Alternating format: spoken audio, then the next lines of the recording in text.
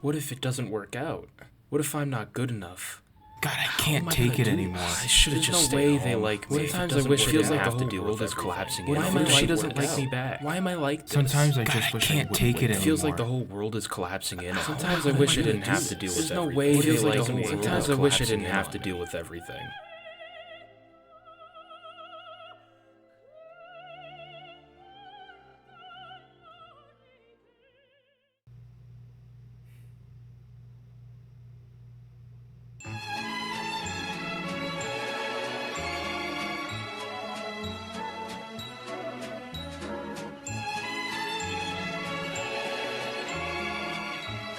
If you ever found yourself in the situation like we just saw our friend Tony Soprano in just a couple seconds ago, you may have what's called generalized anxiety disorder.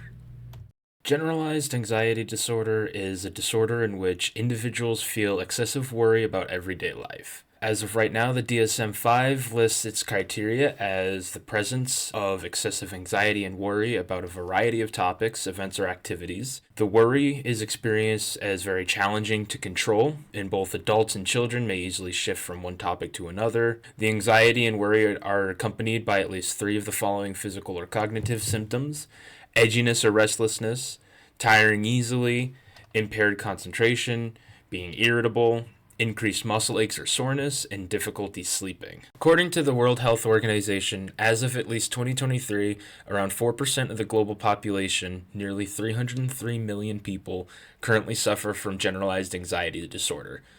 Feelings of worry and anxiety may seem to be on the rise, however, as the American Psychiatric Association conducted a study in 2024 which found that as much as 47% of adults in the United States felt more anxious than they did the prior year. Their reasonings included the economy and the presidential election, among other things. The National Institute of Mental Health states that an estimated 5.7% of U.S. adults will experience generalized anxiety at some point in their lives. As society becomes more comfortable talking about mental health, more people are likely to seek treatment.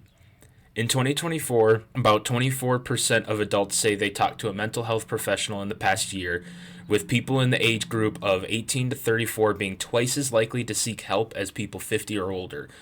As well, studies have found that women are more likely to suffer from the disorder than men are. So right now you might be thinking, well, what does that mean for me, the person with anxiety, or my family who might not really get what I'm going through? Well, unfortunately, those who suffer from generalized anxiety disorder, especially those with chronic generalized anxiety, often find their daily lives negatively impacted. Withdrawing from your family and friends, making excuses to get out of a hangout or a dinner or something. You may even just stop wanting to leave your room, hell, even your bed altogether. This is just the mental side of it. Anxiety can even manifest in physical symptoms as well, like headaches, dizziness, high blood pressure. It can even put you at greater risk of heart disease. Your immune system is critical for keeping you healthy, and anxiety, which keeps your fight or flight response active regularly, can weaken that, leaving you vulnerable to illness or infections. Terrible stuff. By this point, you're definitely thinking, well, geez, what do I do to stop this? What can I do? Discontinue the lithium. Well, my friend, you're in luck because there are many avenues of treatment for this disorder. Whether your anxiety can be managed with some simple exercise or you might need some stronger intervention, there are so many options for treatment available. For the most part, talk therapy is the most common and extremely effective first step in helping with managing your anxiety.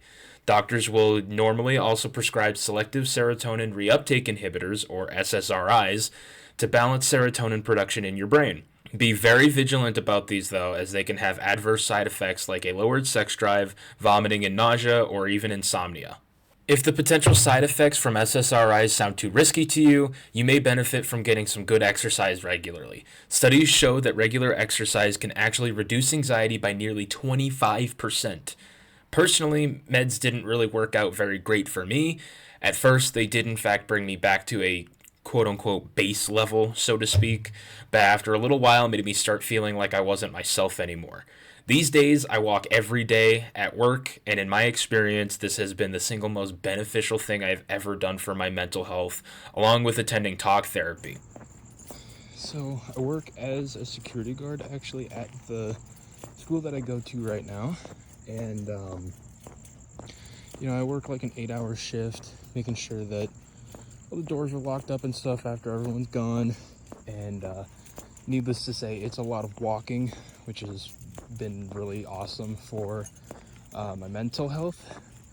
And this is about as many steps as I get day to day. I put it on really late today, like right when I went into work, so I could get as accurate of a reading as possible. So usually on a good day I get about 15,000 steps. I can't stress enough how helpful talking to a therapist has been. Even though this is just a surface level introduction into the world of anxiety for my psychology class, I do intend on keeping this video up on my channel in hopes that other people will see it. So to anyone else who might happen across this video at some point, thank you for watching. And if you ever find yourself aligning with any of the symptoms or troubles that I talked about during this video, please do not hesitate to talk to somebody and get help. Mental health is really more important than we all realize, and it is extremely vital that we get the help that we need when we need it. And the zoo made you happy? Yeah.